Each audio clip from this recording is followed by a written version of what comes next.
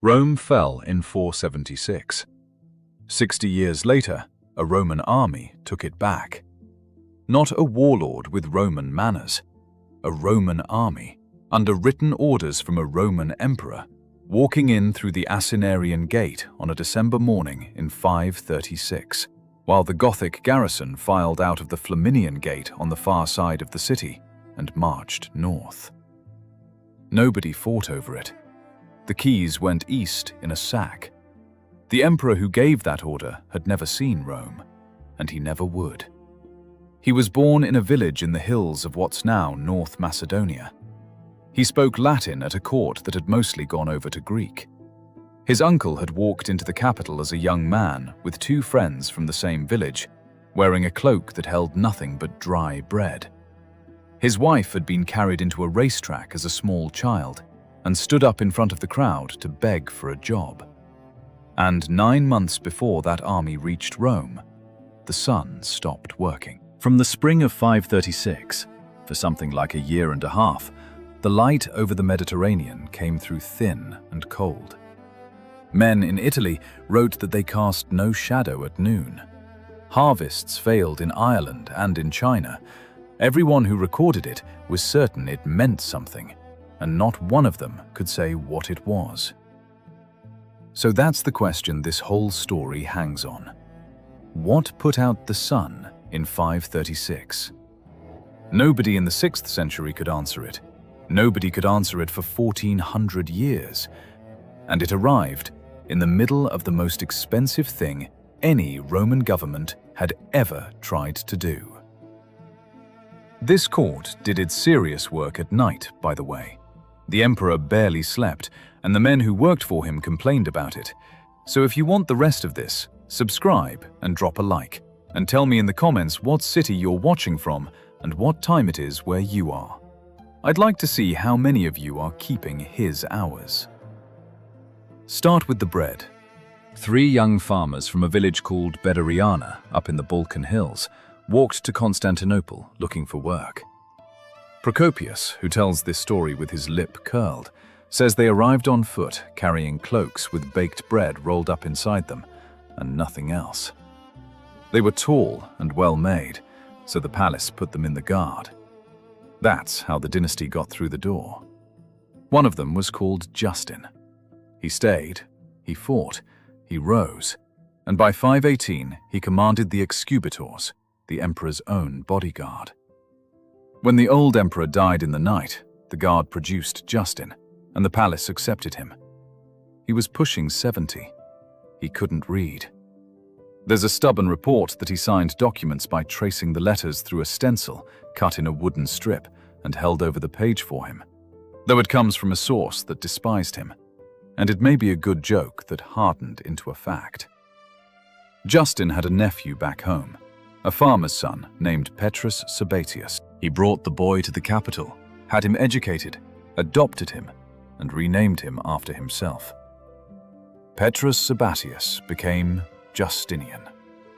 Within a few years, the nephew was doing most of the actual governing. Then there was a woman, and there was a law. Roman law going back to Constantine barred men of senatorial rank from marrying actresses. Actress in the 6th century meant a woman who performed for money in a trade that assumed she was available for other things, and the law treated her accordingly, as permanently disqualified. Theodora had been one. There was also an empress standing in the way. Justin's wife had been a slave he bought, then freed, then married.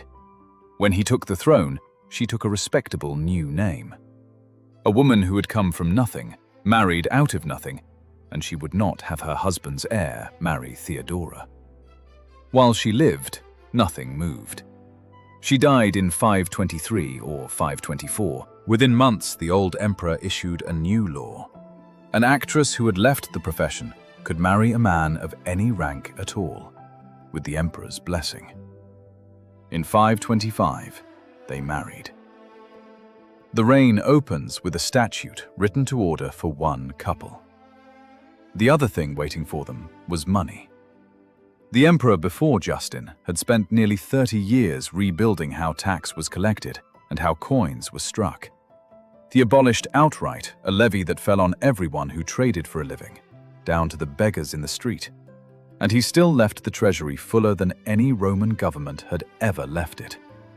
Every fleet and every marble column of what follows was paid for out of one careful old administrator's books. In April of 527, Justin, dying slowly of an old arrow wound in the foot, crowned his nephew as co-emperor. He was dead by August.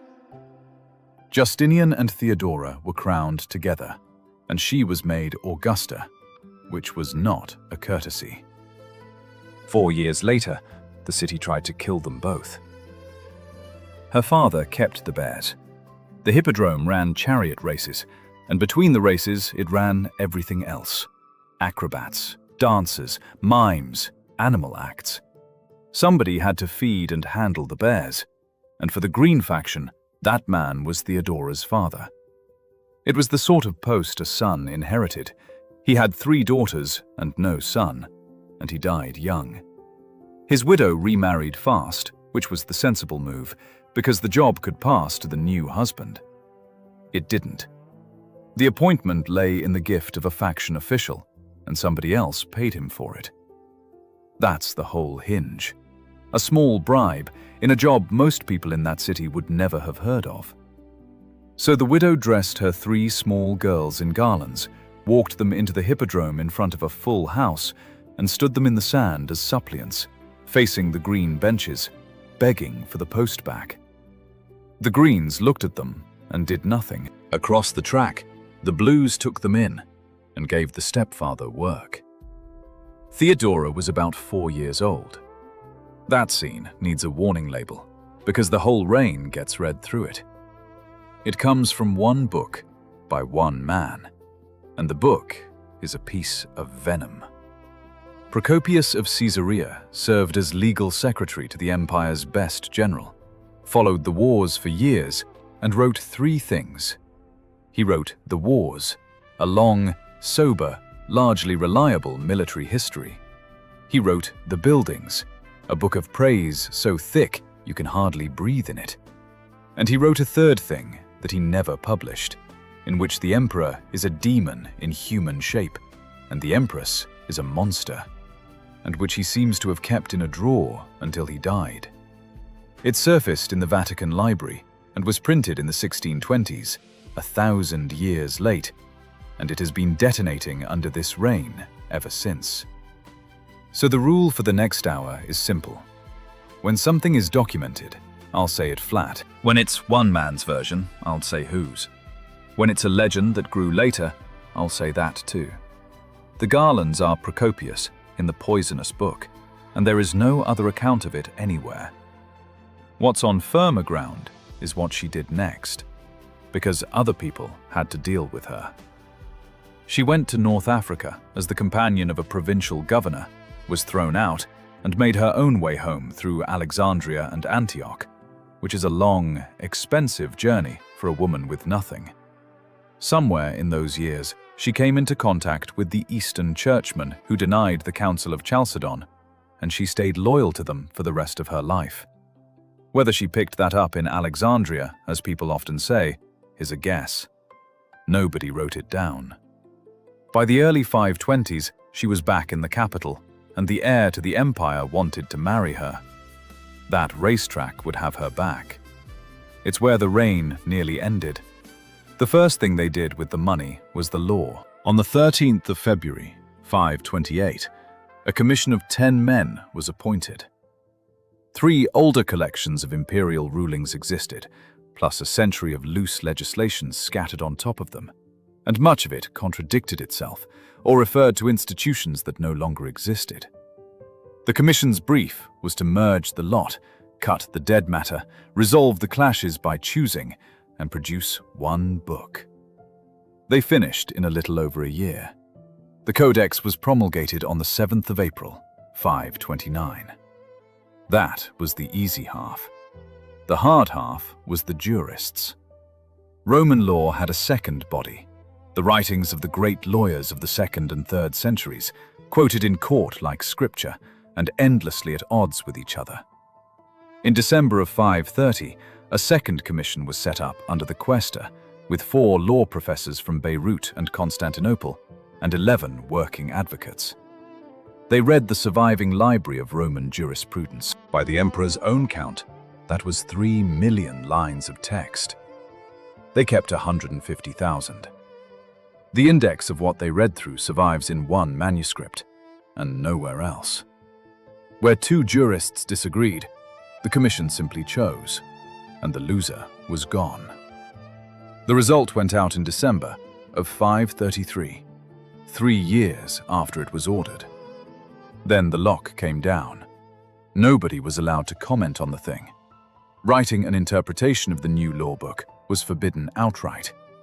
The permitted extras were a word-for-word translation into Greek, cross-references to parallel passages, and short tables of contents. Everything older had to fall silent, and citing a repealed constitution in court was reclassified as forgery. The emperor had watched Roman law disappear under 1,200 years of commentary, and he intended to end the argument by statute. Somebody had to pay for the fleets, and that job belonged to the Praetorian prefect. He cut the pay of the civil service, went after corruption inside it, went harder after debtors, and shifted the weight of taxation onto the people who had the most. If you held land in Egypt or Syria in those years, your assessment was reckoned in gold, and gold does not fall when a harvest does. Procopius, in the unpublished book, accuses the government of collecting the tax of dead men from their surviving neighbors. That's an accusation, not a receipt. But the senatorial families of the capital were not inventing their hatred of the prefect, and they had money and time. By the winter of 531, 2 names were unpopular enough that a crowd could chant them: the quaestor and the prefect. 7 men were sentenced to hang. They'd been arrested after the usual kind of trouble following a race day, and the charge was murder. Both factions were represented among the condemned, which mattered later. The gallows was set up on the far shore of the Golden Horn on the 10th of January, 532. Stand on the bank that morning. A crowd on the water's edge in January. A prefect's detachment. 5 men hanged, one after another, without incident. Then the 6th and 7th go up, and the scaffold breaks under them, and both of them are on the ground, alive. The soldiers set it up again, string them up again, and it breaks a second time. One of the 2 was a blue, the other was a green. Monks from a nearby monastery came down, put both men in a boat, rowed them across, and left them in the sanctuary of the Church of St. Lawrence. The prefect's troops surrounded the church and sat there, and for the first time in living memory, the blues and the greens had exactly the same thing to ask for, from exactly the same man.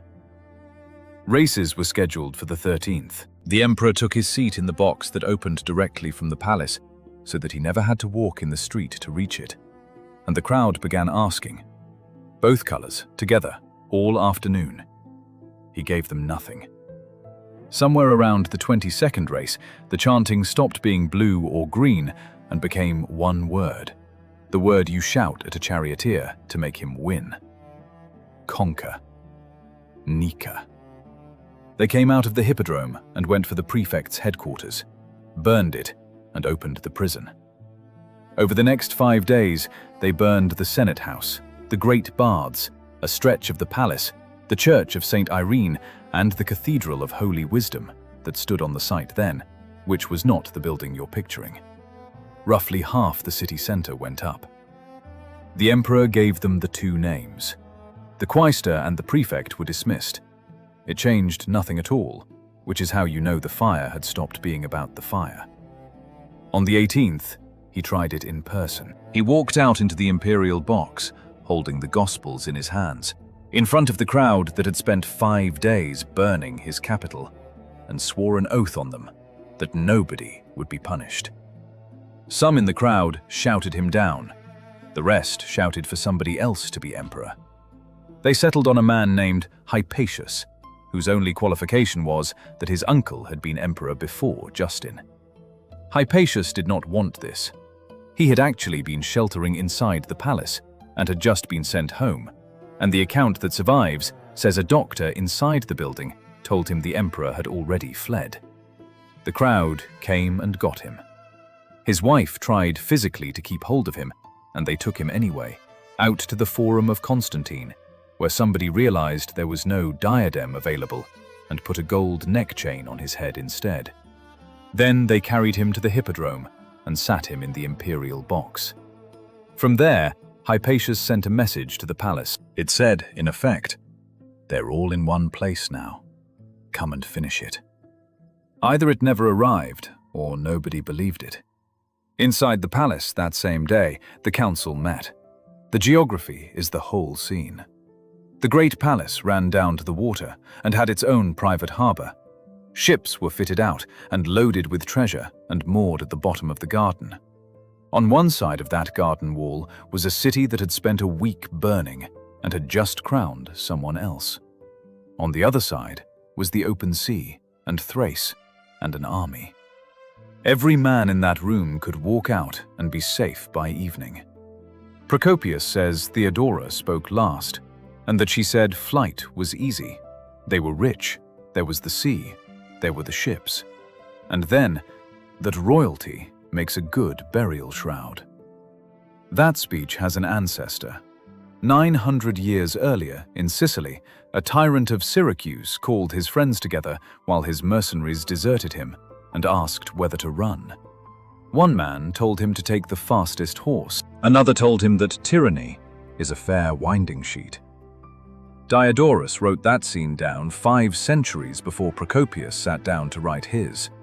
Same council, same 2 options, same proverb, with one word changed. Where the old text says tyranny, Procopius has royalty. Historians have been split on this for a long time. Some read the speech as a set piece the author built out of his classical reading and dropped into the record. Others point out that Procopius had access to men who were in that palace and may well have been there himself, and that a proverb can be quoted by a real person in a real room. I lean toward thinking she said something, and that the shape of it on the page is his. What we can say for certain is that the ships did not sail. What happened next was cheap, and it worked. A palace eunuch walked into the Hippodrome alone, unarmed, carrying a bag of gold, and went to the blue section. He reminded the men who mattered there that the emperor had always been a blue, and that the man they were currently crowning was a green. Then he handed out money. In the middle of Hypatius being acclaimed, the blues got up and left, and the greens sat there, watching them go. Belisarius was supposed to come at the box directly from inside the palace. His own soldiers on the gate refused to open it for him, which is worth sitting with for a second, because it tells you what the odds looked like from inside that building. So he took his men the long way round, outside, and came in at the northern end, and another general came in through the entrance the Byzantines called the Gate of Death. Then they closed the doors of a stadium built to hold most of a city, and went to work with swords on people who had come to a race. Procopius says more than 30,000 died there in a single afternoon. A chronicle written a century later puts it higher. Nobody counted. Nobody could have counted. And a great many of the dead were crushed rather than cut down, because that is what happens when tens of thousands of people try to leave through blocked exits. The number is a contemporary's estimate, and it should be held like one. It's also the largest single day of killing recorded in the history of that city. Hypatius and his brother were executed the following morning, and their bodies were thrown into the sea. Senators who had backed the rising lost their estates and were exiled. Within a few years, the emperor had quietly returned the confiscated property to Hypatius's children, and he put the same prefect back in charge of the taxes. On the 23rd of February, 532, with the ash still in the streets and the bodies barely dealt with, the order went out to rebuild the burned cathedral. 40 days. That's the interval between the massacre and the commission. And the two men he handed it to had never built anything. Neither of them was an architect, and neither of them had run a construction site. They were mathematicians. One of them came from Trails, in what's now Western Turkey, out of a family that produced two physicians, a lawyer and a grammarian. His own field was geometry. He wrote on conic sections and on burning mirrors, which is the problem of how to shape a curved surface so that it gathers sunlight to a point hot enough to set wood alight. The other came from Miletus, down the same coast, and spent part of his life assembling the surviving works of Archimedes into a single edition. In the language of the time, they were mechanikoi, applied mathematicians. The empire used them for calculations, water defenses, and siege problems. There's one story about the man from Trails, told by a historian of the next generation. He lost an argument, and possibly a lawsuit, to his next-door neighbor, a rhetorician who could out-talk him. So he ran a set of leather tubes from a boiler in his own house up into the joists and floorboards of the upper room where the neighbor entertained. Then, during dinner, he sent steam through them. The room shook. The guests ran. He also arranged a slightly hollowed mirror to throw a blinding light into the man's eyes from across the way, along with a noise like thunder. The neighbor complained, in public, that he was being made a fool of by physics. That's the mind that got the church. He died about 2 years into the work and never saw the thing finished. The build ran 5 years and 10 months. It was consecrated on the 27th of December, 537, and the emperor is supposed to have walked in and said that he had beaten Solomon. He almost certainly said no such thing. That line first appears in an account written around 3 centuries later, in a text that also has him sacrificing herds of cattle in the street on the day, which is not something a Christian emperor did. It's a good line.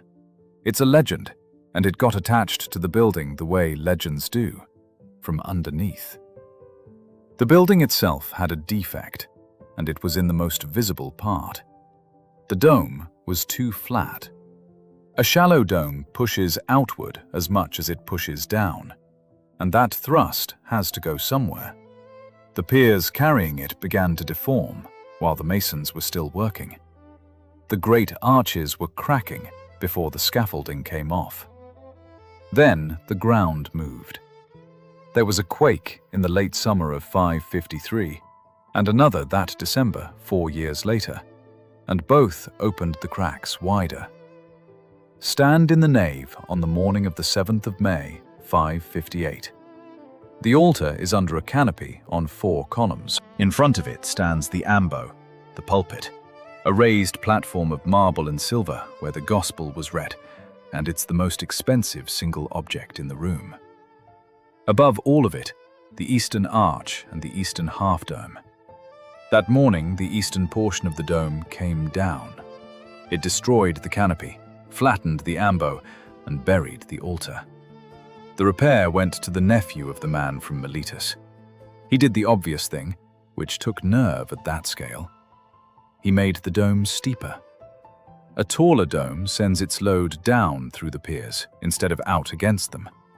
He ribbed it, widened its base, and got it standing again by the winter of 562, when a court poet recited a very long poem at the rededication.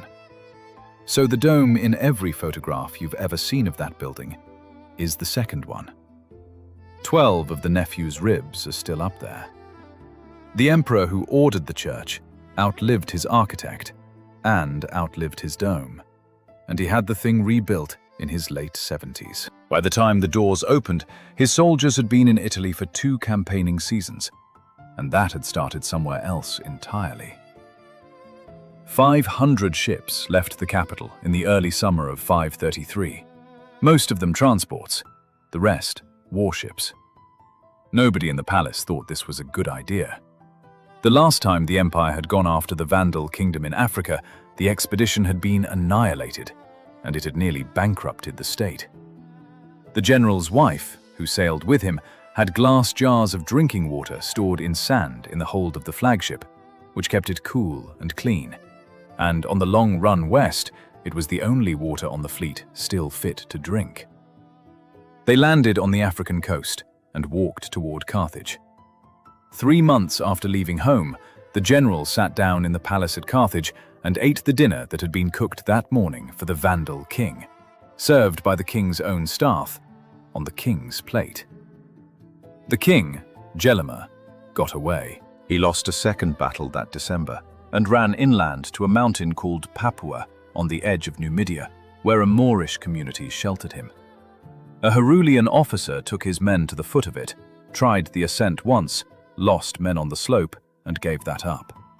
Instead, he sat on every path for 3 months through the winter and let hunger work. Then the officer wrote to him. It's a strange letter to have survived. A barbarian officer in imperial service telling a Germanic king, more or less, that he is already a slave to the mountain people feeding him, and that poverty in Constantinople beats being king of a rock. He guaranteed estates, senatorial rank, and the general's personal word. Gelimer wrote back. He said he couldn't write much because his misfortune had taken his thoughts away. And then he asked for 3 things: a lyre, 1 loaf of bread, and a sponge. The officer had no idea what any of that meant. The messenger explained it for him. The loaf, because the king hadn't seen baked bread since the blockade started and wanted to look at one. The sponge, because one of his eyes had swollen shut from the cold and the weeping. The lyre, because he had composed an ode about his own downfall and wanted to sing it properly. He sent all 3. Then he tightened the blockade, because the point of the blockade was hunger. Gelimer came down in March. In the Hippodrome later that year, he was walked through the first triumph the city had ever held, past the crowd and past the imperial box, and the account says he repeated one line the whole way. Vanity of vanities, all is vanity. He was given estates in Galatia and lived out his life there. His soldiers were formed into cavalry regiments and posted to the Persian frontier, where the empire needed them more. Then Sicily, easily. Then Naples, where the walls held until somebody found a dry aqueduct channel running under them, and men went in through it at night. Then, that December, Rome, which opened its gates without a fight. Holding it was the hard part, and this is the bit the story usually skips. The garrison he had was far too small for a circuit of walls that ran for miles around a city built for 1 million people. He spent the winter repairing the wall, deepening the ditch, and shipping grain in from Sicily. In March, the Gothic army came back and besieged him for a year. He got out of that, and in 540 he took Ravenna, the Gothic capital, by a piece of nerve. The Goths, beaten but not destroyed, offered to make him emperor of the West if he would take the job. He let them believe he was considering it, walked his troops into the city on that understanding, and then held it for the emperor in Constantinople. He was recalled almost immediately afterward. In Ravenna, there's a church consecrated in 547, with 2 mosaic panels facing each other across the sanctuary. The emperor with his officials on one wall, the empress with her women on the other. Both in purple, both haloed, both carrying vessels toward the altar as if they had walked in that morning. You have almost certainly seen both panels. Neither of them ever went to Ravenna. Neither of them ever set foot in Italy at all. And the soldiers who walked into Rome that December did it under a sun that had already been wrong since the spring. It had started in March. The historian was in the West with the army when it happened, and what he describes is a sun that shone all year without brightness, like the moon, as if it were permanently in eclipse. He adds that from that year on, people were never free of war or plague or anything else that kills. In Italy, the Gothic king's chief minister, a man who spent his career writing polished official letters, tried to describe it for a subordinate. The sun looked bluish and weak. The moon had lost its shine. There was a winter without storms, a spring without mildness, a summer without heat. Frost came in the harvest months, the grapes stayed sour, and the apples went hard on the branch. He was writing to organize famine relief. Further east, a Syriac account preserved by a bishop centuries later reports the same span of dimmed sun and puts a figure on it. About 4 hours of feeble light a day, and even that like a shadow. The fruit didn't ripen. The wine tasted of unripe grapes. Everyone, he says, expected the sun never to recover. Irish annals for those years record a failure of bread. Chinese court records for the autumn of 536 log hail, cold and famine on the plain that fed the north. Here's what that means on the ground. In one season, winter wheat goes in around October and sits in the cold. What makes it a crop is the warmth from April onward, when the ear fills. Take that away and the plant still comes up. It just comes up empty. So the household eats its stores. When the stores go, it eats the seed grain it was holding for the next sowing, which means the next year is gone too. Then it sells things, in an order that rarely varies. Tools, then the cow, then the land. The ox goes last, because without the ox you can't plow, and a family that sells its ox has stopped being a farm. None of them knew why. Bishops preached about it. The government kept collecting. That was also the stretch when the marriage did its strangest work. The emperor spent those years enforcing the Council of Chalcedon on the eastern provinces, deposing bishops who wouldn't sign and exiling monks who wouldn't submit. Theodora spent the same years hiding them. A residence inside the palace complex, called the House of Hormisdas, was cleared out and refitted as a monastery. Altars along the walls, cells partitioned off, hundreds of Eastern clergy living in the imperial compound at the empress's expense. It became a minor attraction. The floor gave way once under the weight of visitors who'd come to look at the holy men, and nobody was hurt, and they kept coming. She paid the living costs of the exiled patriarch of Alexandria. She arranged bishops for the Arab tribes on the desert frontier who wouldn't accept the imperial line.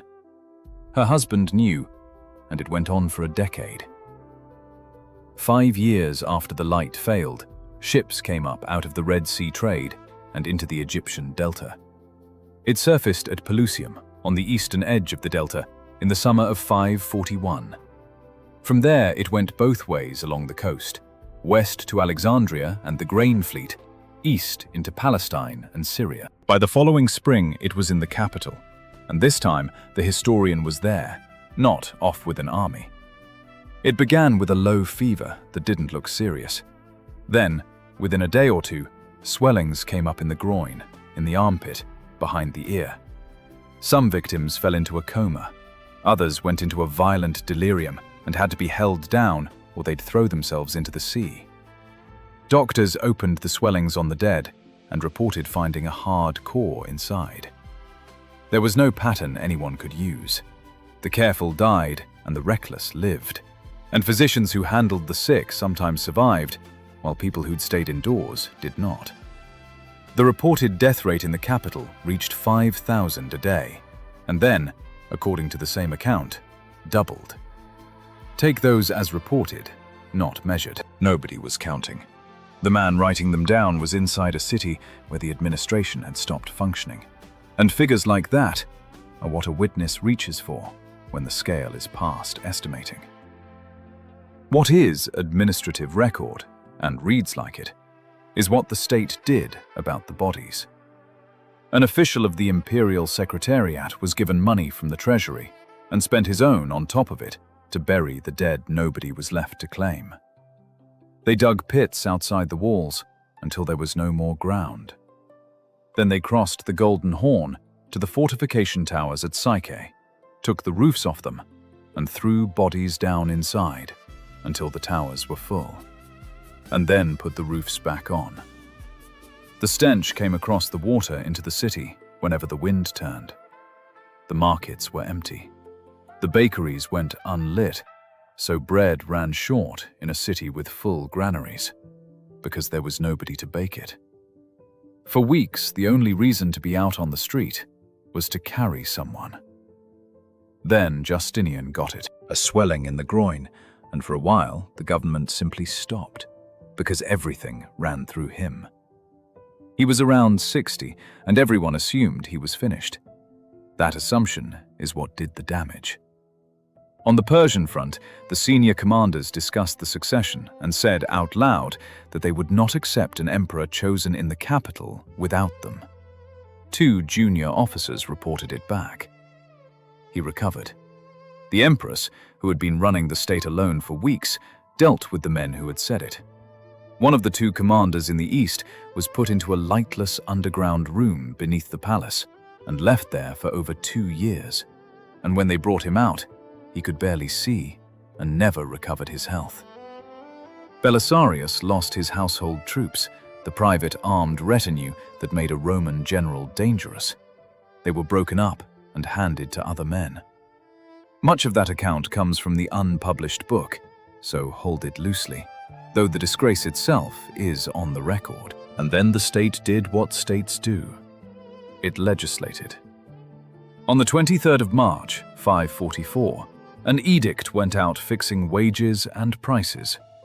Laborers, craftsmen, and farm workers had discovered that there were far fewer of them than there had been 3 years earlier, and they were asking for double the old rates and more, and getting it. The edict ordered everyone back to pre-plague pay and set penalties for asking more. The preface says why. It says the chastening sent by God ought to have made men better, and instead they have turned to greed. There are companion laws from those same 2 years, one on the problem of people dying too fast to make wills, and one on inheritance for children, prompted by a case in Antioch where a mother and then her daughter died within days of each other, in what the law itself calls the recent plague. That's a government describing its own labor market, and not liking what it sees. The empire didn't run out of soldiers in the 14 years after the ships came into Pelusium. It ran out of taxpayers, and its own legislation says so in the emperor's own voice. And yet, when a team of historians and scientists went looking for that collapse a few years ago and searched the coin issues, the papyri, the inscriptions, and the pollen buried in lake beds, they reported that they couldn't find it. In Italy, the cost stops being an argument. It was measured in stone by people who had to go on living there. The war there ran 20 years. A new Gothic king took the field in the early 540s and undid most of what had been won. And for the rest of the decade, the peninsula was fought over by 2 armies that were both short of money and both living off the countryside. Rome changed hands 5 times in 16 years. The worst of it was December 546. The garrison had been unpaid for months, and its commander had spent the siege buying up the city's grain and reselling it to the starving at his own price, which is documented, and which the imperial government did not punish him for. A handful of Isaurian soldiers on the wall, who had watched this happen, let a party of Goths climb up in the dark and opened the Asinarian Gate for the rest. Most of the remaining inhabitants walked out of the city with the Goths behind them. The Gothic king considered leveling the place. The general commanding against him wrote him a letter arguing that Rome was the property of everyone who came after, and that whoever destroyed it would be remembered as the man who destroyed it. The king kept the letter and spared the buildings. Instead, he pulled down about 1/3 of the wall circuit so that nobody could hold the city again, and marched away. So the monuments survived, and the population did not. That's the trade that got made in that letter. And it's why the ruins you can walk around today exist at all. The aqueducts were another matter. They'd been cut in the first siege, and the effect was immediate and physical. The mills on the Janiculum that ground the city's flour were driven by aqueduct water, and when the water stopped, the flour stopped. The Romans rigged mill wheels between moored boats in the Tiber to keep bread coming. Meanwhile, the Gothic army built a fortified camp in the wedge of ground where two aqueducts cross each other twice, using the arcades themselves as ready-made walls. The fighting ended in the summer of 552, and the formal settlement came in August of 554, issued at the petition of the Bishop of Rome. Grants made by the earlier Gothic rulers stand. Grants made by the last one are void. Contracts agreed inside besieged towns are valid. People who fled get their property back. Slaves and tenants freed during the war go back to their owners. What a clause like that meant, if it applied to you, you came home to an estate you had a legal right to, and you had to prove the right with documents, in a country where the record offices had burned twice, and the neighbors who could have witnessed for you were dead or gone. If you proved it, you got back land with nobody left on it to work, in a province where the tax assessment had already resumed. And the last clause of that settlement says that senators who wish to attend the imperial court may travel there and back without hindrance. No requirement that any of them live in Rome. I've been telling you this for the last half hour as a restoration. Look at what was actually restored. A legal framework for reclaiming farms that had no farmers, and permission for the Roman Senate to live somewhere else. The whole arrangement outlasted the emperor by 3 years. None of the men writing those clauses knew why the harvests had been failing. The thing that had emptied the granaries in the first place still had no name. It got one, and the evidence came out of ice. Snow falls on a glacier, gets buried, and is compressed into a layer that stays where it was put. Everything in the air that year comes down with it. Dust, sea salt, pollen. Lead smelted 3,000 miles away, and the sulfur a volcano throws into the stratosphere. Drill a core, and you have a stack of years. Count down through them, and you can say what was in the sky and when. In 2013, a team drilled through a glacier on the Swiss and Italian border, all the way to the rock beneath, and brought up more than 2,000 years of that record in one piece. Then they read it with a laser. It shaves slivers off the length of the core, each sliver about the thickness of a sheet of paper and representing a few days or weeks of snowfall. And a dozen chemical elements are measured in each one. You end up with the weather and the industry of the ancient world resolved to the month. There was a problem, and it had been sitting there for decades. The Greenland and Antarctic cores had an unmistakable sulfate spike from a huge eruption in the first half of the 6th century.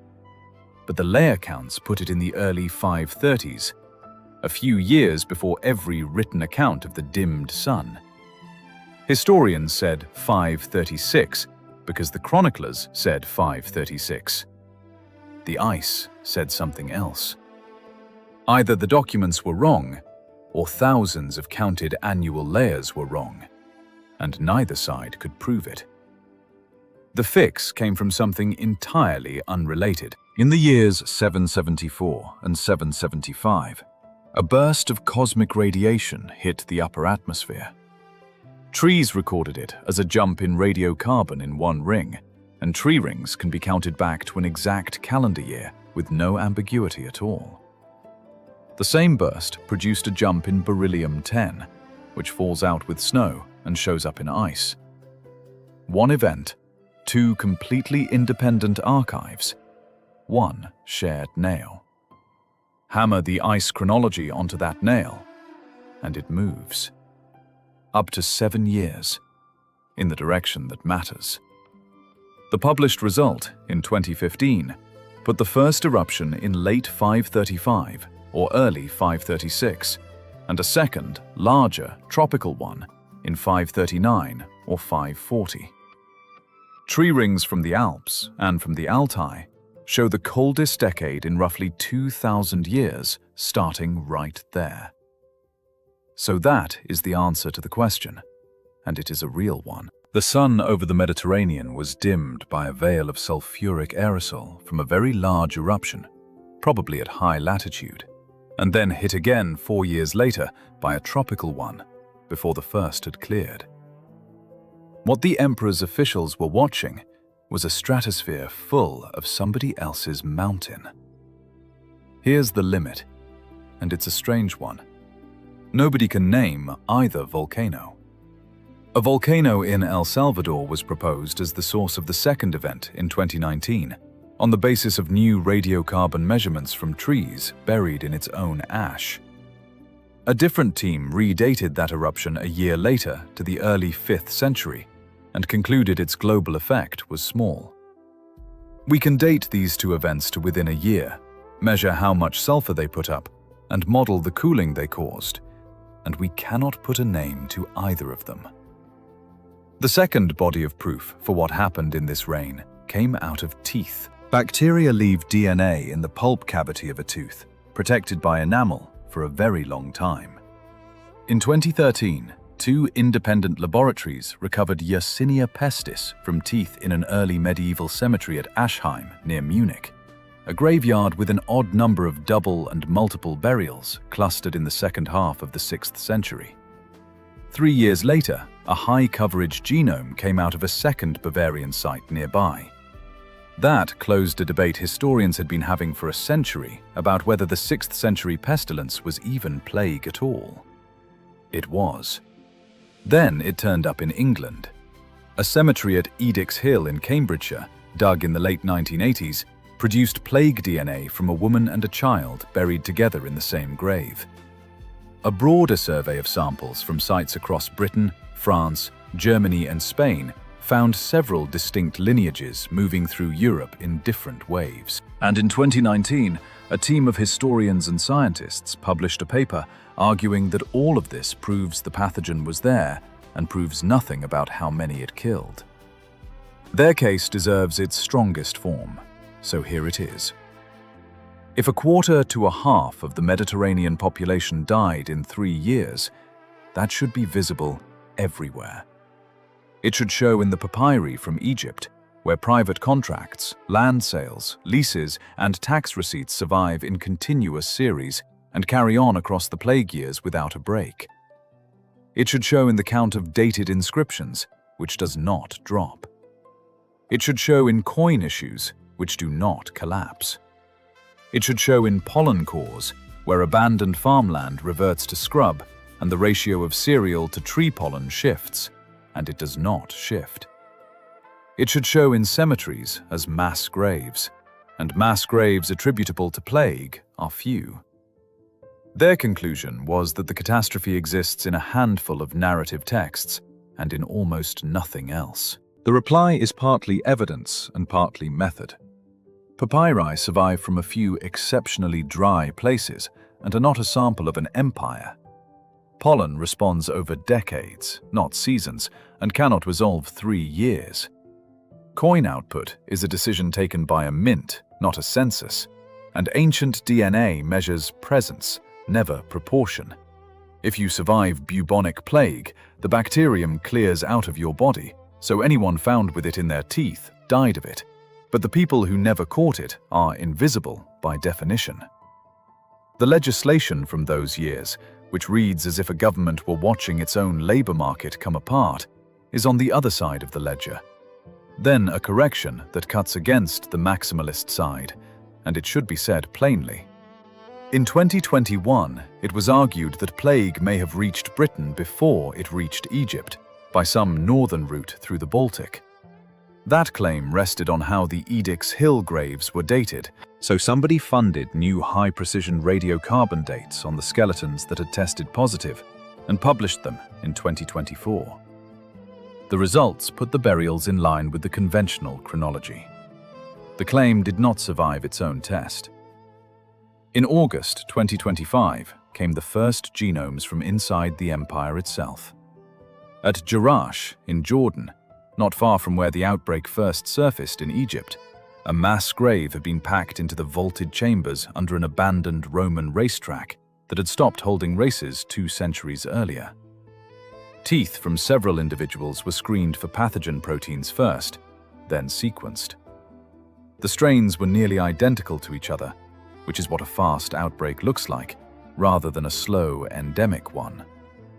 That the burial chambers happened to be under a racetrack is a coincidence, and nothing more. What that settles is reach and identity. This thing was inside the empire, near the epicenter, killing in numbers large enough that ordinary burials stopped. What it does not settle is the toll, and both camps are still where they were. That's an honest place for the argument to sit. What survives from a reign is rarely the thing it was proudest of.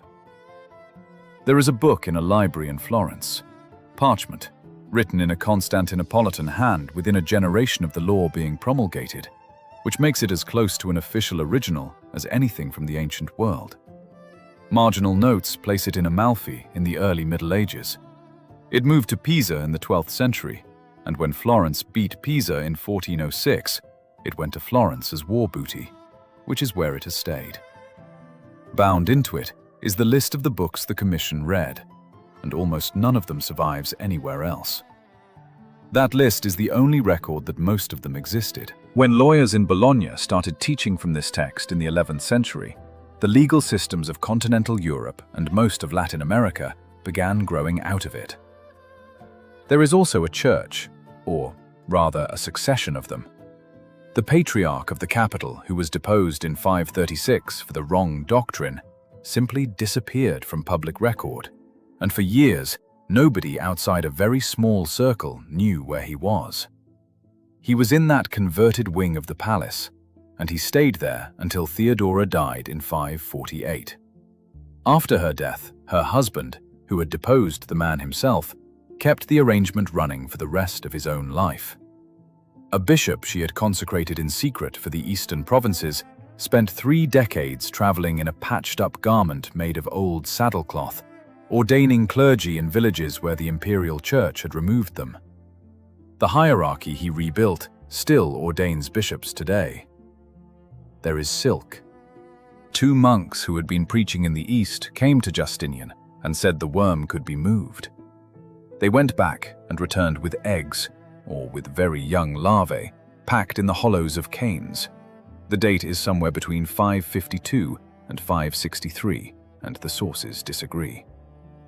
Mulberry plantations and workshops followed in Syria, Greece, and Thrace, and the imperial monopoly on silk funded the treasury for centuries. She died on the 28th of June, 548, of a cancer, before she was 50. He never remarried. After a victory in 559, he had the procession detour to her tomb so that candles could be lit there. He died in his sleep on the night of the 14th of November, 565, with the treasury empty and a succession he had never settled. The Lombards crossed into Italy 3 years later, and most of what the 20-year war had bought was gone inside a decade. The bodies did not rest. In 1204, the Crusaders who had taken the city broke open the imperial tombs at night for the gold. A Byzantine official who was there wrote that they found the emperor's body undecayed after all those centuries, looked at it as a marvel, and stripped the tomb anyway. The church was demolished after 1453 to build a mosque on the site. The great porphyry sarcophagi standing in the garden of the Archaeology Museum in Istanbul, which anyone can walk past, carry no names. A palace handbook from the 10th century describes his coffin as being of an unusual foreign stone, neither porphyry nor anything the writer could name. So the box that held him is probably not even among them. One thing he built is still standing exactly as he left it, and still in use. At the foot of the mountain in Sinai, he put up a fortified monastery around a chapel, with soldiers to garrison it and orders to stay. Stand inside that church and look up. The roof beams carry carved inscriptions asking salvation for the emperor and repose for the late empress, which tells you 2 things at once: when the carpenters cut them, and that she was already dead. The great west door still swings on its original pins. It's the oldest continuously inhabited Christian monastery on Earth, and in May of 2025, an Egyptian appeal court ruled that the land beneath it belongs to the state, and that the monks hold a right of use. The case was still unresolved going into 2026. And the great church in Istanbul is under scaffolding right now. There's a tower crane on the east facade. The lead is coming off the roof, and a steel platform standing on 4 legs has been raised inside the nave so that work can go on above the mosaics while the building stays open. It's the largest intervention in its history, and it's being done against an Istanbul earthquake that everyone expects and nobody can date. 3 farmers arrived in that city on foot, with a cloak that held nothing but dry bread, and what their family left behind is a law book in Florence, a monastery in a desert, and a dome that has to be held up by whoever happens to be alive. That's the shape of the thing, and it isn't a comforting shape. A restoration is not an event, it's a maintenance contract, signed on behalf of people who haven't been born, by people who will not be consulted about whether it gets honored. The reconquest lasted a generation. The law lasted because Italian lawyers picked it up 500 years later for reasons of their own. The church in the desert lasted because a line of men kept living in it. And the church in the capital lasted because every few centuries somebody has climbed up and fixed the roof. The parts of this that are still moving are the parts nobody planned. A court in Egypt is deciding who owns the ground under a 6th century monastery. Engineers in Istanbul are deciding how much steel a 1,500-year-old building will tolerate. Neither question has anything to do with what the emperor wanted, and both of them are, right now, the live remainder of his reign. The rest of it is a matter of argument, and will stay that way. We know what dimmed the sun, and not which mountain did it. We know the plague was there, and not how many it took. We know what one hostile secretary wrote about 2 people, and not how much of it is true. That's an unusual amount of certainty about the 6th century, and it's still not very much. If you got this far, a like and a subscribe help more than you'd think.